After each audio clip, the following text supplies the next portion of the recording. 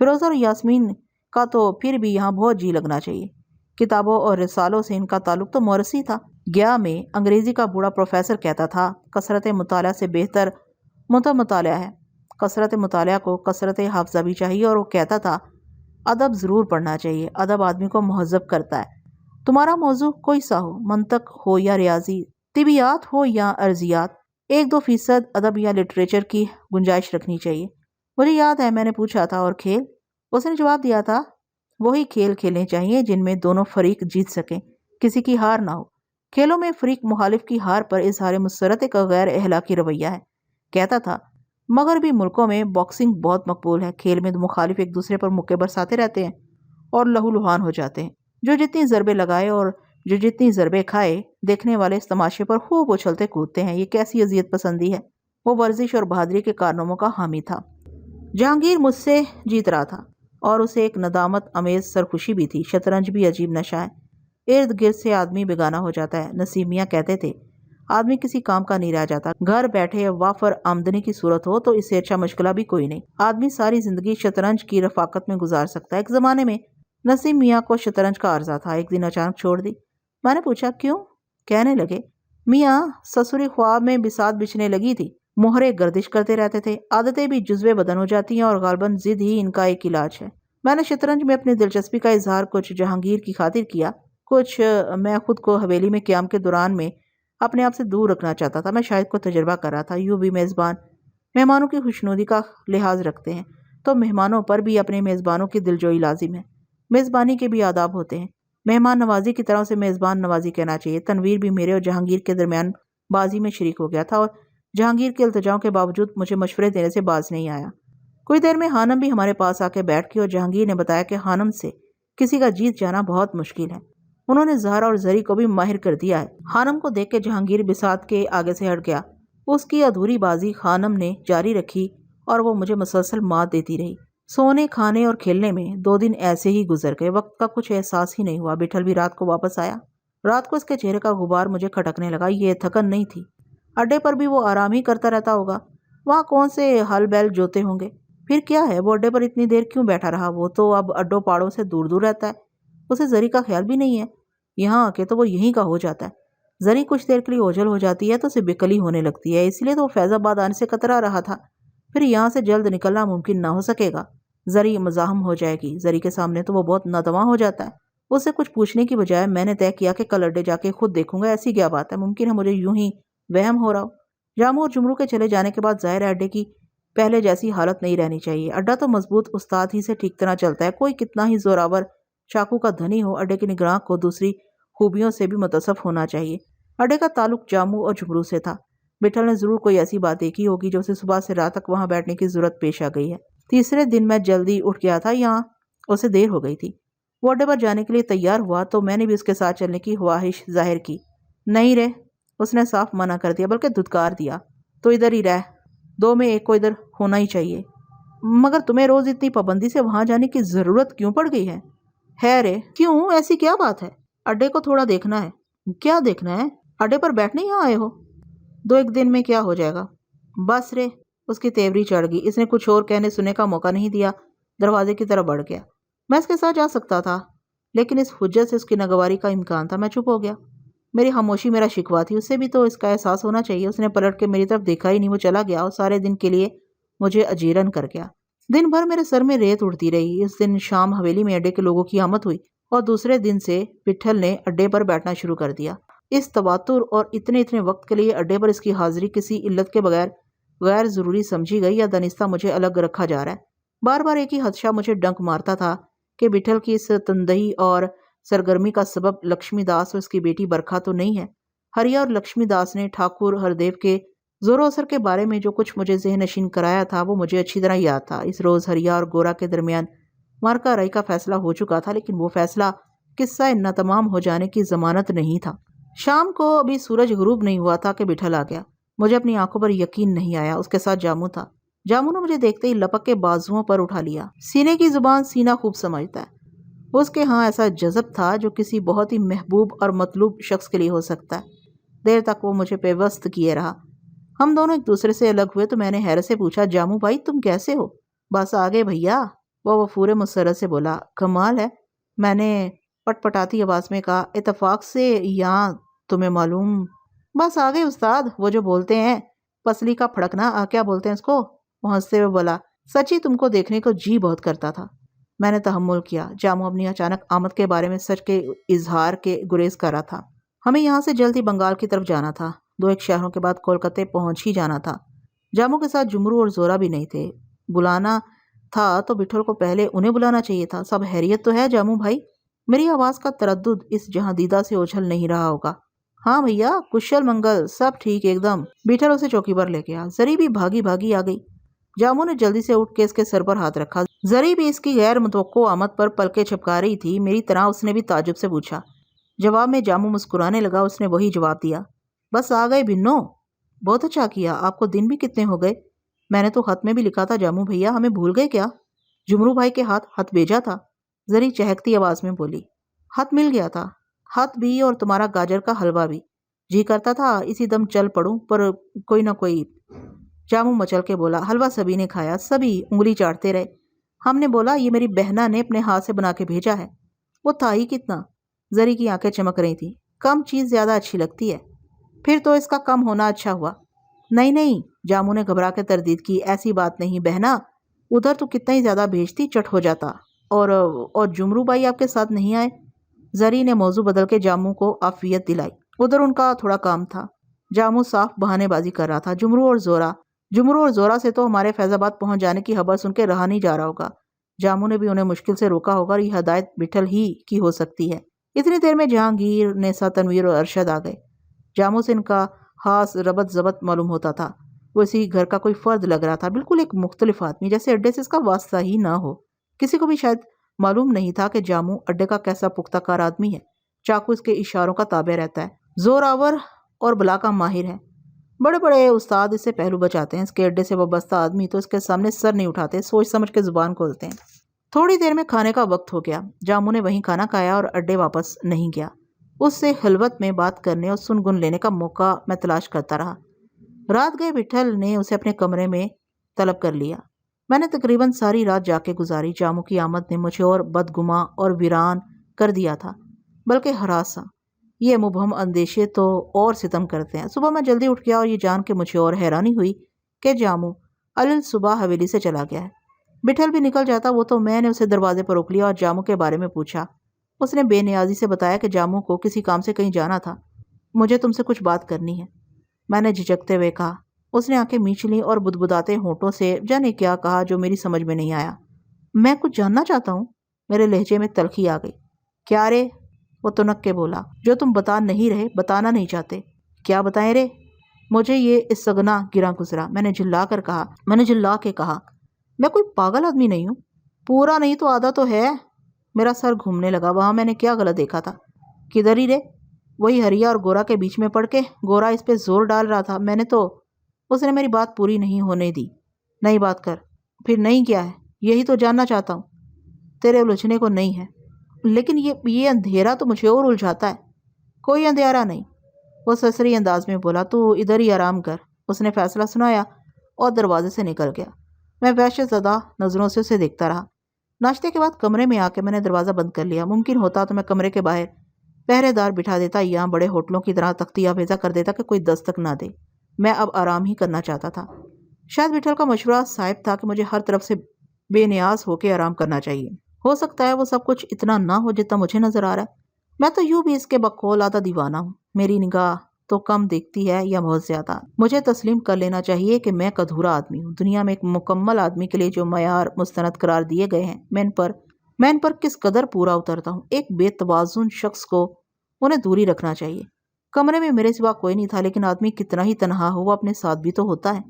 کوئی آدمی شاید ایک آدمی نہیں ہوتا، کبھی وہ 2 ہوتا ہے، کبھی اس سے زیادہ، کبھی حاوی آ جاتا ہے، کبھی دوسرا، تیسرا، اور کبھی بہت سے ایک پر غالب آ جاتے ہیں۔ یہ جو آدمی ایک نظر آتا ہے یہ ایک نہیں ہوتا، جانے کتنے آدمی ایک آدمی میں شامل ہوتے ہیں۔ اسے خود نہیں معلوم ہوتا کہ اس کا کون سا آدمی کس وقت کیا رنگ اختیار کر سکتا ہے۔ بیک وقت اسے طرح طرح کی ترکیبیں ملتی رہتی ہیں۔ کبھی پہلا آدمی اپنے دوسرے آدمی کے سامنے بہت بے بس ہو جاتا ہے، کبھی دوسرا پہلے کے سامنے۔ ایک آدمی ہوا کرے تو پھر ایک ہی آدمی کا ارادہ ہوا کرے۔ یہ جو ایک آدمی میں بہت سے آدمی نہاں ہوتے ہیں یہی اسے منتشر کرتے رہتے ہیں، بہت کم یہ کہیں متفق ہوتے ہیں۔ صرف ایک آدمی ہوا کرے تو فکر و خیال کی ایسی یورش نہ ہو اور زندگی کیسی آسان ہو جائے۔ میں اپنے آپ پر غلبہ و تسلط حاصل کرنے اور یکسو ہو جانے کے جتن کرتا رہا۔ سکون بھی جبری ہو تو کیسا عجیب لگتا ہے۔ میں نے نرمی اور متانت سے خود کو باور کرانے کی کوشش کی کہ بدگمانی سے اجتناب میں میرے لیے بہتری ہے، اور بٹھل کی نسبت تو کسی بدگمانی کا تصور بھی نہیں کرنا چاہیے۔ مجھے دور رکھنے یا الگ رکھنے میں ضرور میری آسودگی کا کوئی پہلو چھپا ہوگا۔ دو ہی باتیں ہو سکتی ہیں، یا تو کوئی ایسا واقعہ ہی نہیں جو مجھے قریب رکھنے، مجھے زحمت دینے کی ضرورت پیش آئی، یا کوئی بڑا واقعہ درپیش ہے جس میں میری شرکت میں میری جانب سے کسی کوتاہی یا کوتاہبینی کا کوئی شبہ بٹھل کو لاحق ہے کہ یہی ہوتا رہا ہے۔ میرا ضرر اسے گوارا نہیں، یا یوں ہے کہ میری شرکت میرے بہی خواہوں اور درد مندوں کے لیے کسی ضرر کا پیش خیمہ ہو سکتی ہے۔ دونوں صورتوں میں میرے پاس کیا چارہ ہے؟ میں خاموش بیٹھا رہوں اور سورج طلوع اور غروب ہوتے دیکھتا رہوں؟ بٹھل کے خیال سے گوشہ گری ہی میں میرے لیے عافیت ہے۔ اس کی خواہش کا احترام بہرحال مجھ پر واجب ہے، یہ تو عین سعادت ہے۔ بے شک کچھ دیر کے لیے میں خود کو یکجا کرنے میں کامیاب ہو چکا تھا، لیکن کسی کج فہم شوریدہ نگاہ کو قرار کہاں سزاوار ہے۔ پھر وہی حشرات میرے جسم سے چمٹ گئے اور میری نگاہیں دیواروں کے پار بھٹکنے لگیں۔ فیض آباد کا اڈا ایک پرانا اور مضبوط اڈا ہے۔ یہاں جاموں اور جمرو کے تربیت یافتہ آدمی موجود ہیں، مگر تبت سے ہماری واپسی کے بعد جاموں کولکتے میں بٹھل کی مسنت کا نگران ہے۔ جمرو عرصے سے ہمارے ساتھ کوچا گری کر رہا ہے۔ ان دونوں بھائیوں کی عدم موجودگی کے باعث اڈے کے نظم و ضبط میں شکستگی لازم ہے۔ بٹھل نے جاموں کو فیض آباد طلب کر لیا، لیکن جاموں کی ضرورت اسے اڈے کے سواری کے لیے نہیں پڑی ہوگی۔ جاموں کو اس لیے طلب کیا جانا چاہیے کہ وہ اس علاقے کے گوشے گوشے سے آشنا ہے، وہ ٹھاکر ہردیو سے بھی واقف ہوگا۔ اڈا چاہے استاد جاموں یا استاد جمرو کی تحویل میں ہو یا ان جیسے کسی بے بدل استاد کے قبضے میں، ٹھاکر ہردیو کے جاؤ حشم کے آگے بہت بے حیثیت اور کم حیثیت ہے۔ ٹھاکر کے پروردہ اور فرستادہ نوجوان استاد گورا کے راستے میں رخنہ اندازی کا شخصانہ کسی طور ظاہر ہو سکتا ہے۔ اب تک مجھ سے بھی ٹھاکر اچھی طرح متعارف ہو چکا ہوگا، میرے مسکن زری کی حویلی کا محل وقوع بھی اسے اچھی طرح نقش کرا دیا گیا ہوگا۔ میں اور بٹھل آج نہیں تو کل یہاں سے چلے جائیں گے۔ کل پھر یہ حویلی معمول کے مطابق اڈے کے لوگوں کی نگرانی میں ہوگی۔ وہ تمام بڑے جاں باز اثار پیشہ لوگ ہیں، ایک دس کے مساوی ہے، ہتھیار ساتھ ہو تو بے شمار بھی ان کے سامنے ہیچ ہیں۔ تاہم وہ ٹھاکر کے لاؤ لشکر کے آگے کتنی دیر دیوار بنے رہیں گے؟ لاؤ لشکر کے اعتماد میں قہر و غضب بھی شدید ہوتا ہے۔ شہر میں اپنی حویلی کے فسانے بھی کم نہیں ہوں گے۔ چھوٹے شہروں کے لوگوں کے کان بڑے ہوتے ہیں۔ چھوٹے شہروں میں گھروں کی دیواریں کتنی ہی اونچی ہو، لوگوں کی نگاہیں بڑی کاری ہوتی ہیں، لوگوں کی نگاہیں روزن تراش لیتی ہیں۔ چھوٹے شہروں کا پسندیدہ مشغلہ ایک دوسرے سے باخبر رہنا ہے۔ زری کے حویلی سے تو ایک داستان منسوب ہے۔ بہت سو کو آگہی ہوگی کہ حویلی کی واگزاری کس طرح ممکن ہوئی تھی، پست پر کون سورما تھے، کون کون یہاں اقامت گزین ہیں اور کن لوگوں کی آمد و رفت رہتی ہے وغیرہ۔ انہی عواقب پر مشورت کے لیے بٹھل نے جاموں کو طلب کیا ہوگا۔ یقیناً لکشمی داس نے بٹھل کے روبرو حاضر ہو کے بڑی دہائیاں دی تھیں۔ اس کی نوجوان لڑکی برکھا ایودھیا میں تیرتھ کے دوران ٹھاکر کے شکنجے میں بس آ ہی گئی تھی کہ بال بال بچ گئی۔ دوسری بار بھی نرگے میں آ جانے کے باوجود اڈے کے آدمیوں نے اسے بچا لیا تھا۔ ادھر میں نے ٹھاکر کے حاشیہ نشین گورا کو ہستہ حالت میں واپس بھیج دیا ہے۔ علاقے میں ٹھاکر کی حرص و ہوس، سینہ زوری و کینہ توزی کی کہانیاں زبان زد ہیں۔ صاحبان زر چھوٹے بڑے بادشاہ ہوتے ہیں، اور بادشاہ تو بادشاہ ہی ہوتا ہے۔ سرکار ان کی، امال ان کے، زر سب سے بڑا زور ہے، جس کے پاس جتنا اتنا ہی وہ پرانا۔ دولت آدمی کو آدمی کا غلام بنا دیتی ہے۔ ٹھاکر کے ولی عہد کے ساتھ جو کچھ ہوتا رہا ہے وہ اس کا عادی نہیں ہے۔ یہ مزاحمتیں تو ایک کج کلا کی توہین کے مترادف ہے۔ کہتے ہیں زوردار کا کینہ بڑا خلاقت خیز ہوتا ہے، دولت مندوں کو انکار سے چڑ ہوتی ہے۔ دولت سے مراد اقرار ہے، اقرار کا اختیار ہے۔ سو کولکتے سے استاد جاموں کی آمد کا مقصد محض لکشمی داس کی بیٹی برکھا کو ٹھاکر کی آتش نفس سے محفوظ کرنا ہی نہ ہوگا۔ بٹھل کو یہ آنچ اپنے قریبی محسوس ہو رہی ہوگی۔ گورا اور ہریا کے معاملے میں میری مداخلت سے پہلے ٹھاکر کو صرف لکشمی داس کا گھر معلوم تھا یا فیض آباد کا اڈا۔ اب ایک تیسرے راستے، حویلی کی طرف جانے والے راستے کی نشاندہی بھی ہو گئی ہے، اور بٹھل کے لیے یہ حویلی تاج محل کا درجہ رکھتی ہے۔ مگر کیا واقعی مجھے وہاں سے لوٹ آنا چاہیے تھا؟ بٹھل نے اس نادانی کی بابت مجھ سے ایک لفظ نہیں کہا تھا۔ شاید وہ بھی ایسی صورتحال میں یہی کچھ کرتا۔ میں نے کوئی عجلت بھی نہیں کی تھی، ہر پہلو پر غور کر کے قدم بڑھایا تھا۔ ٹھاکر کی منزلت و مرتبت کے تخمینے میں البتہ مجھ سے چوک ہو گئی تھی، بلکہ میں نے اس کی ضرورت ہی نہیں سمجھی تھی۔ آدمی اتنی سمتوں میں دیکھنے کی احتیاط کرے تو پھر کچھ کر ہی نہ سکے، پھر تو وہ ویرانوں میں نکل جائے، جنگلوں میں جا بسے۔ اپنے سر میں بھنبھناتے ہوئے مبہم و موہوم حدشوں کی صورت گری سے مجھے کچھ اطمینان ہوا، اور اس تجدید یقین نے مجھے تقویت و استقامت عطا کی کہ دخل اندازی کا میرا فیصلہ ہر اعتبار سے صائب تھا۔ یہ فیض آباد کے اڈے، جاموں اور جمرو سے متعلق اڈے کے بھرم اس کی وقت کا معاملہ تھا۔ مجھے کمرے کی خلوت سے بیزاری ہونے لگی۔ میں باہر آ گیا۔ چمکدار دھوپ بکھری ہوئی تھی، مگر دھوپ میں تیزی نہیں تھی۔ ملازمائیں محرابوں کی صفائی میں مصروف تھیں۔ ہر طرف خاموشی چھائی ہوئی تھی۔ میں نے سوچا حویلی سے باہر جا کے دیکھوں۔ کئی دن مجھے گھر میں بند ہوئے ہو گئے تھے، لیکن پھر میرے قدم زری کے کمرے کی طرف اٹھ گئے۔ زری سے ابھی تک کوئی بات ہی نہیں ہو پائی تھی۔ ہر وقت مجھے کوئی نہ کوئی گھیرے رہتا تھا یا میں خود گھرا رہتا تھا۔ وہ بھی کبھی تنہا دکھائی نہیں دیتی تھی۔ میں اس کے کمرے کے قریب پہنچ چکا تھا کہ نیسا اچانک کسی طرف سے نکل آئی۔ وہ اب ہاسی بڑی بڑی لگتی تھی، رنگ و روپ بھی خوب نکھر گیا تھا۔ یہ حیدرآباد کی وہ نٹ کھٹ نیسا تھی ہی نہیں جسے میں نے پہلی بار خانم کے بالا خانے پر دیکھا تھا۔ مجھے دیکھ کے اس کا سراپا کھل اٹھا۔ وہ دوڑی بابر بھائی کا ورد کرتی چہکتی ہوئی میرے پاس چلی آئی اور میرے بازو سے چمٹ گئی اور زیر و زبر سانسوں سے پوچھنے لگی کہ میری طبیعت تو ٹھیک ہے۔ میں نے مسکرا کے کہا، کیوں؟ کیا میں بیمار لگتا ہوں؟ آپ صبح ناشتے کے دوران میں بہت خاموش نظر آ رہے تھے، پھر اپنے کمرے میں جا کے اپنے دروازہ بند کر لیا۔ ہم لوگوں نے کئی چکر لگائے، دروازہ بند دیکھ کے لوٹ آئے۔ وہ پٹر باتیں کرتی تھی۔ میں نے شرمندگی سے کہا، ہاں کچھ سر بھاری تھا۔ اب کیسے ہیں آپ؟ وہ پریشانی سے بولی، درد تو نہیں ہے، لائیے میں دباتی ہوں۔ خانم تو مجھی سے مالش کراتی ہیں، کہتی ہیں میری انگلیوں میں جادو ہے، اور زری آپا بھی، آزمائی شرط ہے۔ وہ کھلکھلانے لگی۔ اچھا، میں نے دیدے گھما کے کہا، دیکھیں گے پھر کسی دن تمہارا کرشمہ۔ کسی دن کیوں؟ آج اور ابھی کیوں نہیں؟ وہ برفتگی سے بولی، ہاں بابر بھائی ابھی تو بالکل ٹھیک ہے۔ میں نے اسے بازو میں سمیٹ لیا۔ تم تو خوش ہو نا؟ میں نا جی ہاں۔ وہ چونک سی پڑی۔ کیوں؟ آپ نے یہ کیوں پوچھا؟ ہم بس ایسے ہی۔ تم بتاؤ، کوئی ایسی ویسی بات ہو تو چپکے سے کان میں مجھے بتا دو۔ آپ کیا کہہ رہے ہیں؟ وہ بےکل سی ہو گئی۔ میرا مطلب ہے، میں نے جلدی سے صراحت کی، تمہیں کسی چیز کی ضرورت ہو تو مجھے بتاؤ۔ زری آپا کے ہوتے ہوئے یہاں کسی چیز کی کمی ہو سکتی ہے؟ وہ بڑوں جیسی باتیں کرنے لگی تھی۔ میں تو اسے یوں ہی چھیڑ رہا تھا۔ اس کے چہرے کی شگفتگی اور شادابی اس کی باطنی طمانینت کی گھماس تھی۔ میرے لیے تو وہ کسی تحلیق کے مانند تھی، جیسے میں نے اسے تراشا ہو۔ اسے شادماں دیکھ کے مجھے ایک سرشاری سے محسوس ہوتی تھی۔ اس سے بہتر خریداری کیا ہو سکتی ہے؟ کرشنا جی کی روح ان کے دیے ہوئے پیسوں کے صحیح حرج سے بہت خوش ہوگی۔ 60,000 روپے کی پیشکش پر نیسا کی ساختہ ماں شوکت آرا نے میری دماغی حالت پر شک کیا تھا۔ خاصی حیران ہوئی تھی کہ میں نے اتنی بڑی رقم کی بولی کیوں لگا دی۔ وہ تو شوکت آرا آگے نہیں بڑھی، میں تو نیسا کے لیے کرشنا جی کی بخشی ہوئی ساری دولت اس کے آگے رکھ دیتا۔ آپ بتائیے بابر بھائی، نیسا مچل کے بولی، یہ آپ کا سفر کب ختم ہوگا؟ مجھ سے فوراً کوئی جواب نہ دیا جا سکا۔ دیکھو، میں نے بجھتی آواز میں کہا، کب ختم ہوتا ہے؟ کسی دن تو ختم ہونا ہی ہے۔ وہ ایک ذہین اور حساس لڑکی تھی۔ اسے فوراً احساس ہو گیا کہ اس سوال کا جواب میرے لیے گراں باری کا سبب ہوگا۔ میں نے آپ کے لیے بہت دعائیں کی ہیں بابر بھائی، وہ والہانہ انداز میں بولی۔ مجھے معلوم ہے، اور مجھے یقین ہے میری دعائیں ضرور قبول ہوتی ہیں۔ ہاں، دیر سویر کی بات اور ہے، بس تم دعا کرتی رہو کسی دن تو۔ میری آواز گھٹنے لگی۔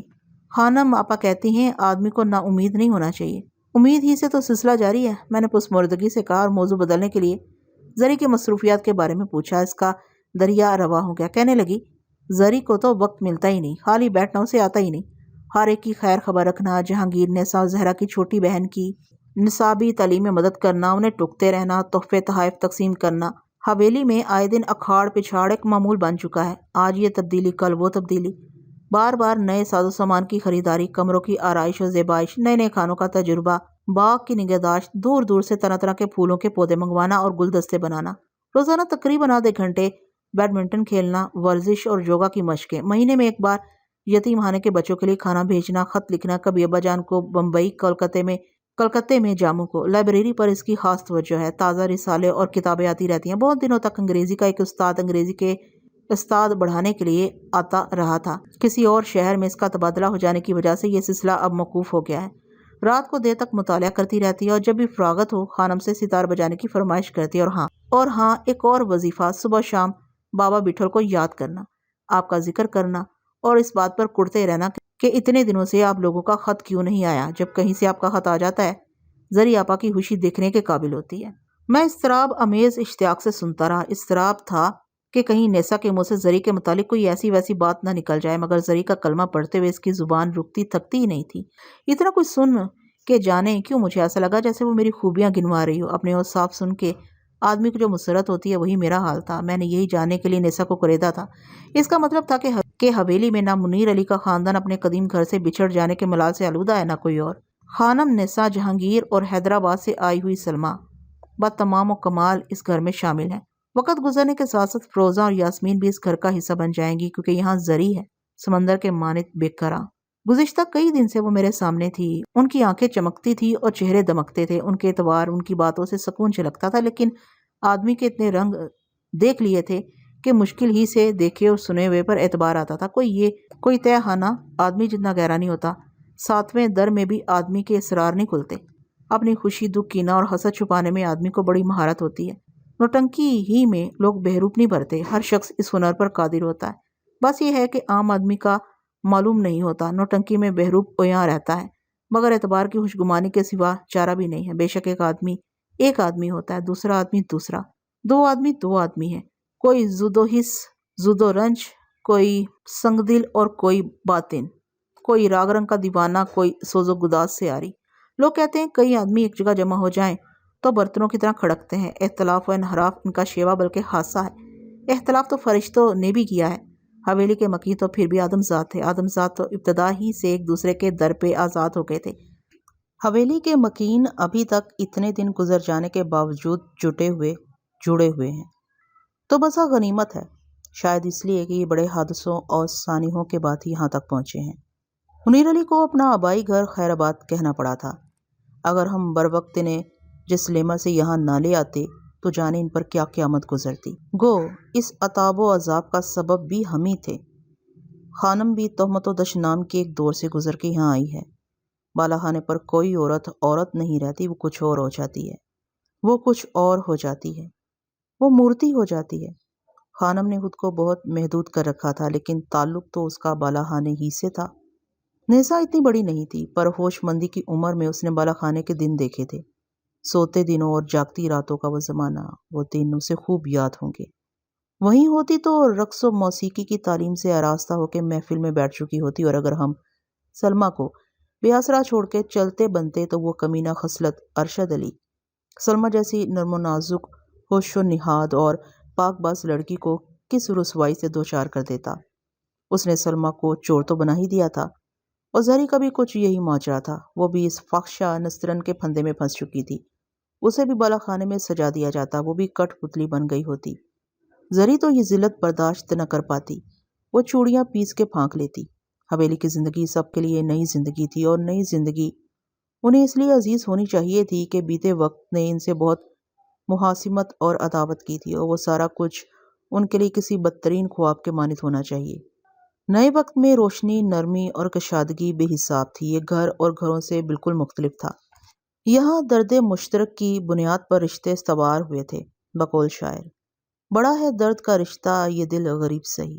یہاں آدمی آدمی کی پناہ تھا، آدمی کا قدرداں، اور زری ان کے درمیان تھی۔ وہ ترک کی رمز سے آشنا تھی۔ ترک کیا ہے؟ ترک ایثار ہے، اور شاید سب سے اعلیٰ انسانی وصف ہے۔ میں نے دیکھا تھا وہ سب زری ہی کو مختار سمجھتے ہیں، اور زری نے اپنا اختیار ان پر نثار کر دیا، اور زری کی مثال ان کے لیے درس کا درجہ رکھتی ہے۔ سب نے اسی طور میں امان سمجھی ہے۔ وہ سارے ایک دوسرے کو رعایت دیتے ہیں، ہر کوئی یہاں خود مختار ہے، اور کوئی بھی اپنے اختیار کا داعی نہیں۔ انہیں دیکھ کے زندگی پر اعتبار آتا ہے۔ آدمی میں ایک خوبی اچھائی کی بھی تو ہوتی ہے۔ مجھے یہی دھڑکا لگا رہتا ہے کہ حویلی کو کسی کی نظر نہ لگ جائے۔ آدمی کی یادداشت خاصی کمزور ہوتی ہے۔ وہ پرانے وقت کے نقش محفوظ رکھیں گے تو نئے وقت کی روشنی، نرمی اور کشادگی کا احساس تازہ رہے گا۔ آدمی جلد بھول جاتا ہے کہ کیسے تنگ و تاریک راستوں سے گزر کے وہ کسی سایہ دار درخت تک پہنچ پایا ہے۔ عجیب بات ہے، سائے، خوشبو، روشنی اور گداز کے تسلسل اور یکسانی سے بھی وہ اکتا جاتا ہے۔ تنوع و تلون بھی جبلتوں میں شامل ہے، اور جبلت کا کوئی کیا کرے۔ کل کی کوئی ضمانت نہیں تھی کہ کل بھی یہی سکون رائج رہے گا، مگر کسی کے پیر میں زنجیر نہیں پڑی تھی۔ بٹھل نے انہیں جتا دیا تھا کہ ہر شخص کا ارادہ اس کے پاس ہے، وہ کسی وقت کسی بھی لمحے دوسرا راستہ منتخب کر سکتے ہیں۔ وہ تسلی رکھیں کہ کوئی دلیل دے گا، نہ کوئی مزاحم ہوگا۔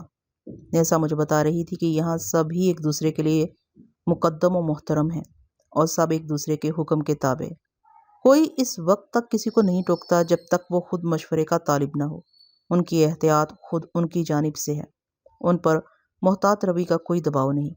یہ میرا گھر، بٹھل کا گھر ہے، اور یہ ان سب کا گھر ہے۔ یہ صرف زری کا گھر نہیں ہے۔ ہم نے یہ گھر بنانے کے لیے کئی بار اپنے آپ کو داؤ پر لگایا تھا۔ سو حویلی پر بری نظر ڈالنے والے کو نہ بٹھل برداشت کر سکتا تھا، نہ میں، نہ جامن اور جمرو اور فیض آباد کے اڈے کے بہت سے لوگ۔ اور زری ایک ناتواں لڑکی ہم سب کی حاکم تھی، اور خود اسے اپنی حکومت کا علم نہیں تھا۔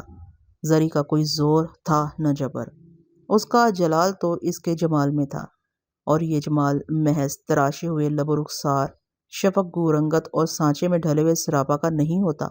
یہ تو ذکاوت، حلم، اثار اور تپاک سے بھی عبارت ہے۔ کوئی پری زادہ ماہ پیکر، بہت بے ذوق، کم نگاہ اور ستم شوار، کوئی بے تناسب اور کم رو، نہایت نرم و شیریں، خوش نظر و خوش اعتبار ہو سکتا ہے اور نہیں بھی ہوتا ہے۔ زری کی جستجو میں نیسا مجھے حویلی کے اس حصے میں لے آئی جہاں منیر علی کا خاندان مقیم تھا۔ حویلی کا ایک گوشہ ان کے لیے مختص کر دیا گیا تھا۔ منیر علی کی بڑی بیٹی زہرا ایک طرح فیض آباد آئی تھی، اور میں اسے آپ سے مخاطب کر رہا تھا تو وہ ناراض ہو گئی تھی۔ زہرا سے میری ایک نسبت خاص یوں تھی کہ اس نے جسلیمر میں کورا کے ساتھ وقت گزارا تھا۔ دونوں ایک دوسرے کے بہت قریب ہو گئی تھیں۔ زہرا نے کورا کے بارے میں مجھے بہت سی باتیں بتائی تھیں۔ اس نے بتایا تھا کہ نرجس یعنی کہ کورا تو جب دیکھو اپنے آپ میں گم رہتی تھی، ذرا سی آہٹ سے چونک پڑتی جیسے کسی کا انتظار ہو۔ وہ بہت کم کسی سے بات کرتی تھی، ہر وقت جیسے خواب دیکھتی رہتی ہو۔ صبح ناشتے پر زہرا سے آمنا سامنا ہوا تھا، لیکن اب اپنی طرف میرے آنے سے وہ بڑی بیتاب ہوئی اور خاطر میں لگ گئی۔ مجھے اناناس کا رس پلایا، گلوری بنا کے لائی۔ وہاں اس کی چھوٹی بہن سلمیٰ کے علاوہ حیدرآباد سے آئی ہوئی سلمیٰ بھی تھی۔ سلمیٰ سے اب تک میری رسمی بات چیت ہی رہی تھی۔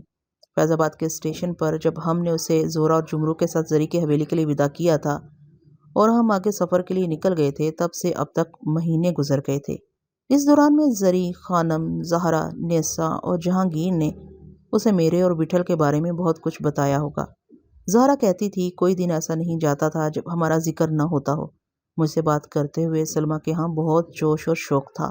شناسائی کے بغیر یہ پذیرائی نہیں ہوتی۔ میری نظروں میں بار بار وہ سلمیٰ بھٹکنے لگتی جسے ہم نے پہلی بار ریل گاڑی میں دیکھا تھا۔ پولیس اس کے تعاقب میں تھی اور بدباطن ارشد علی اسے ڈبے میں تنہا چھوڑ کے فرار ہو گیا تھا، اور پولیس آ گئی تھی۔ پولیس کی توجہ سلمیٰ کی طرف سے ہٹانے کے لیے ہم نے سارا زور صرف کر دیا تھا۔ پھر جب سلمیٰ نے زیورات اور جواہر سے بھری ہوئی پوٹلی بٹھل کے آگے رکھی تو ہم سب ہی حیران رہ گئے۔ بٹھل کے پوچھنے پر وہ پھوٹ پھوٹ کے روئی تھی۔ وہ سہمی ہوئی دبکی ہوئی سلمیٰ رخساروں پر لالی پھوٹ رہی تھی۔ حسین تو وہ پہلے ہی کچھ کم نہیں تھی، اب تو بات ہی کچھ اور تھی۔ آدمی بھی سارے نہیں تو اکثر پھولوں اور پودوں کے مانند ہوتے ہیں، موافق موسموں کے پابند۔ سلمیٰ نے ایک عرصہ حیدرآباد کے ایک بڑے نواب کے ہاں گزارا تھا۔ محلات کی بود و باش سے وہ خوب واقف تھی۔ ایسی لالا رخسار لڑکی کو وہاں کی بیگمات نے زنان خانے ہی تک محدود رکھا ہوگا، کیونکہ وہ انہی جیسی ہوگی۔ شہزادیاں کیا سونے کی بنی ہوئی ہوتی ہیں؟ سلمیٰ نے بتایا کہ وہ بڑی بیگم کی منظور نظر تھی۔ ایک عام خادمہ کی حیثیت سے محل میں داخل ہونے والی سلمیٰ نے بہت جلد اپنی فرض شناسی، ذہانت اور سادہ شعاری سے سبھی کو اپنا گرویدہ کر لیا تھا۔ کسی کو کیا معلوم تھا کہ وہ تو ایک تعلیم یافتہ لڑکی ہے، ایک بڑے گھر سے اس کا تعلق ہے، لیکن سوختگی قسمت کیا کہیے۔ سلمیٰ کی آواز میں شگفتگی اور شائستگی تھی، کھنک اور لپک۔ وہ ہر لمحے مستعد سی نظر آتی تھی، کسی اشارے کی منتظر، کوئی خدمت بجا لانے کے لیے کمر بستہ۔ میں وہاں بیٹھا رہا۔ عرصے بعد اس طرح فراغت سے ان لوگوں کے درمیان بیٹھنے کا موقع ملا تھا۔ ان کی نظروں میں میرے لیے لطف ہی لطف تھا۔ وہ سب ہی میری قربت کے خوگر تھے اور میرے لیے دعا کرتے تھے اور میرا انتظار کرتے تھے۔ بمبئی میں فرخ، فریال، فاربہ، گیتا، اس کی ماں جولین، اس کی ماں شیپارا اور چمپا بیگم کا بھی یہی حال تھا۔ اور ہاں، رما، اس کا تو معاملہ ہی دیگر ہے۔ اسے کون بھول سکتا ہے؟ وہ کسی اور دنیا کی لڑکی ہے۔ میں خود کہنے والا تھا کہ زہرا نے جیسے میرے منہ کی بات چھین لی۔ ناز برداریاں انداز میں کہنے لگی، بابر بھائی، آپ ہمیں بمبئی کب لے جائیے گا؟ میں نے سے وعدہ کیا کہ بس چل تھی، اب شاید زیادہ دیر نہ لگے۔ واقعی انہیں وہاں جانا چاہیے تھا۔ شاید فاربہ، فرخ، فریال اور جولین وغیرہ کو یہاں آنا چاہیے تھا۔ دونوں ایک ہی گھر تھے اور گھر کے بیشتر افراد نے ایک دوسرے کو نہیں دیکھا تھا۔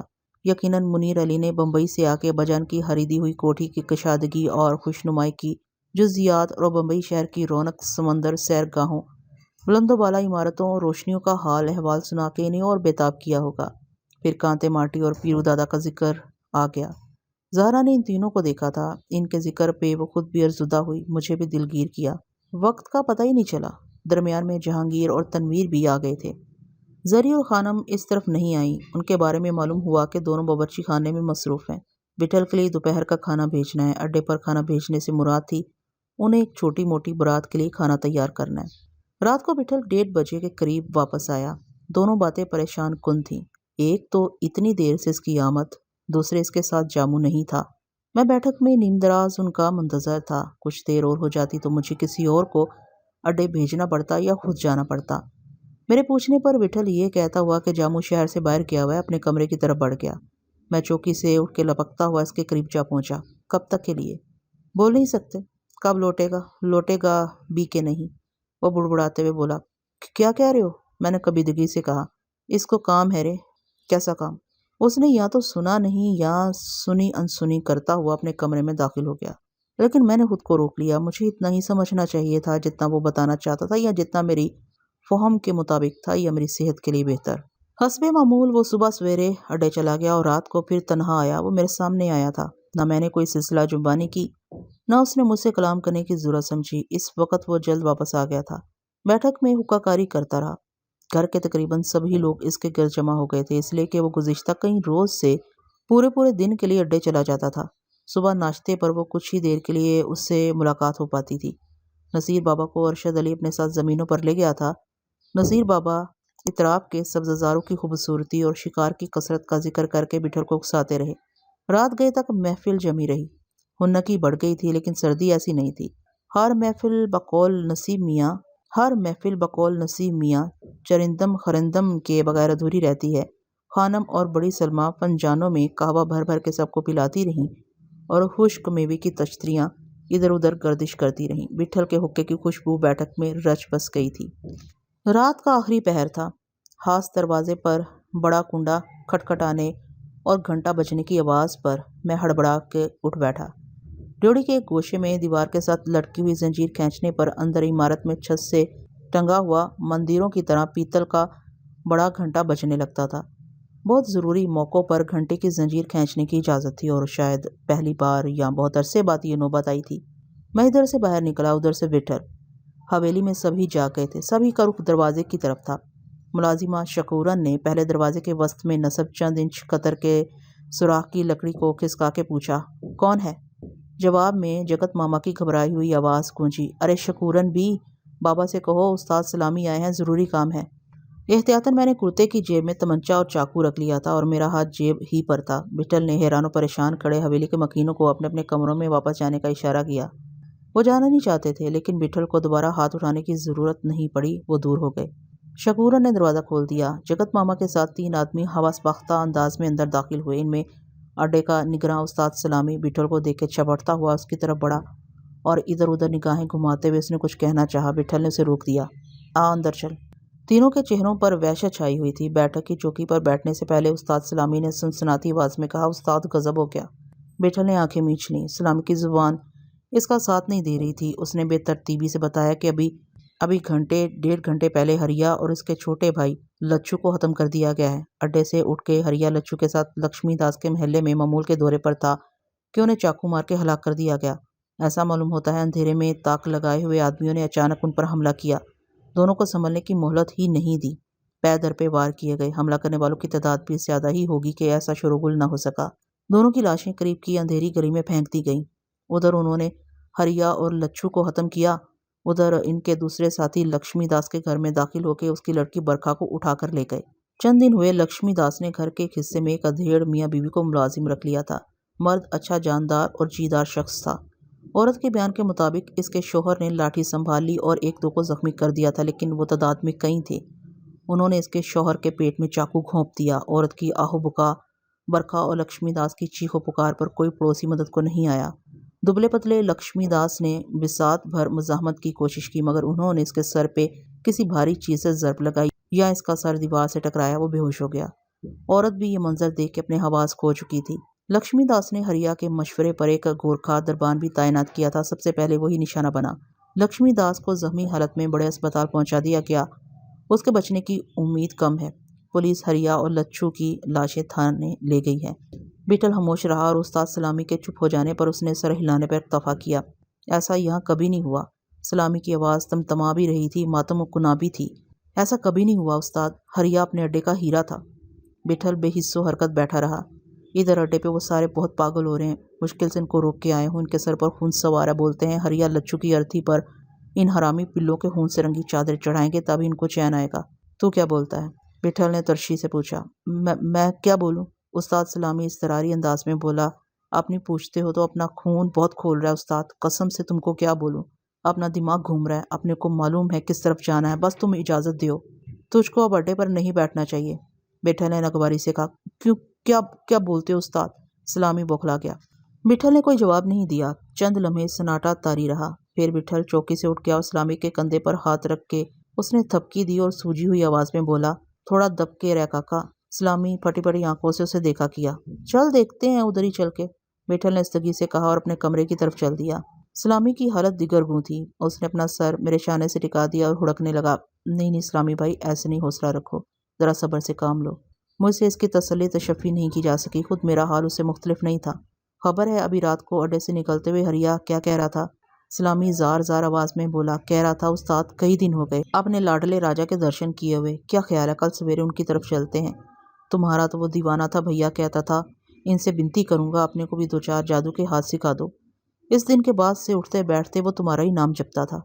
استاد سلامی کی آنکھوں سے آنسو ابل رہے تھے۔ ہائے مر گیا حرامی۔ میری آنکھیں بھی جل رہی تھیں اور دل بیٹھا جا رہا تھا۔ یکایک مجھے جامو کا خیال آیا۔ میں نے جھجکتے ہوئے پوچھا، اور یہ جامو بھائی کہاں ہے؟ سلامی کو بھی کچھ معلوم نہیں تھا، اتنا ہی کچھ جو بیٹل نے مجھے بتایا تھا۔ کہنے لگا کہ جامو صرف ایک دن کے لیے آیا تھا اور پورا دن بھی کہاں ٹھہرا، کسی کو کچھ بتائے بغیر چلا گیا، کچھ معلوم نہیں کہاں گیا، کب واپس آئے گا۔ اس سے پہلے کہ میں سلامی سے کچھ اور پوچھتا، بیٹل تیار ہو کے آ گیا۔ میں بھی ساتھ چلتا ہوں، میں نے فیصلہ کن لہجے میں کہا۔ تو ابھی ادھر ہی رہ، ضرورت پڑی تو بلا لیں گے۔ بیٹل کی آواز بگڑی ہوئی تھی۔ میں جلد واپس آ جاؤں گا، میں چلنا چاہتا ہوں۔ نہیں رے، ابھی نہیں۔ ابھی کیوں نہیں؟ میں نے درشتی سے کہا۔ ابھی تجھ کو ادھر ہی رہنا ہے۔ یہاں میں کیا کروں گا؟ ادھر ہی بھی کیا تیر مار لے گا؟ مجھے ہریا اور لچھو کے کریا کرم میں شریک نہیں ہونا؟ تیرے بنا بھی پھک جائیں گے سور کے جنے۔ تم سمجھتے کیوں نہیں میں یہاں اکیلا الجھتا رہوں گا؟ پھر میں ادھر ہی ٹھہر جاتا ہوں۔ کیا مطلب؟ میں نے برہمی سے کہا۔ مطلب ایک ہی ہے رے، ایک آدمی کو ادھر ہی رہنا ہے۔ ہاں لاڈلے بھائی، استاد ٹھیک بولتے ہیں، سمجھا کرو۔ سلامی نے مجھے نرمی سے مشورہ دیا۔ ادھر پولیس کا چکر چلے گا، ابھی تو لوگوں کو معلوم نہیں، سویرے شہر کا کیا نقشہ ہوگا، کیا کہا جا سکتا ہے۔ تم الگ ہی رہو بھیا۔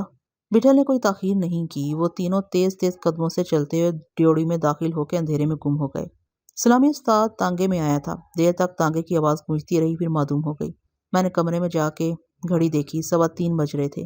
کمرے میں مجھے وحشت ہوئی تو میں نے صحن کا رخ کیا۔ میرا سر بنبنا رہا تھا۔ صحن میں کچھ فاصلے پر محرابوں کے درمیان مجھے سائے سے نظر آئے۔ وہ خانم زری اور زہرا تھی۔ مجھے دیکھ کے وہ روشنی میں آ گئی۔ خیریت تو ہے میاں؟ خانم نے ٹھٹکی ہوئی آواز میں پوچھا۔ کچھ نہیں، کوئی ایسی بات نہیں، یہ تو ہوتا رہتا ہے، ہوتا رہے گا۔ میرے لہجے کی تپش سے وہ اور ہراساں ہو گئیں۔ میں نے دھیمی آواز میں کہا، آپ آرام کریں آپی، آپ کو فکر کی ضرورت نہیں، ہو سکے تو کچھ ہمیں بھی بتاؤ۔ خانم نے ہچکچاتے ہوئے پوچھا۔ کیا بتاؤں؟ میں نے جھنجھلا کے کہا، مجھے خود اتنا نہیں معلوم۔ خانم نے مزید باز پرس نہیں کی، اسے چہروں اور لہجوں کی اچھی پہچان تھی۔ وہ تینوں وہاں سے ہٹ گئیں۔ میں بھی دوبارہ اپنے کمرے میں آ کے بستر پر دراز ہو گیا۔ مجھے کسی کل چین نہیں تھا۔ ہریا کا چہرہ بار بار نظروں کے سامنے آ جاتا۔ زندگی کیسی بے وقار ہوتی ہے۔ زندگی اور موت میں بس ایک گمان کا فاصلہ ہے۔ آدمی ہر وقت موت کے قریب رہتا ہے، موت کے پہلو میں۔ میں جاگتا ہی رہا۔ شام تک اڈے سے کوئی نہیں آیا۔ اندھیرا گہرا ہو گیا، باہر کا بھی اور میرے اندر کا بھی۔ میں نے ڈیوڑی میں جا کے جگت ماما سے بات کی۔ اس کا بھتیجا مجھے ٹکرا گیا۔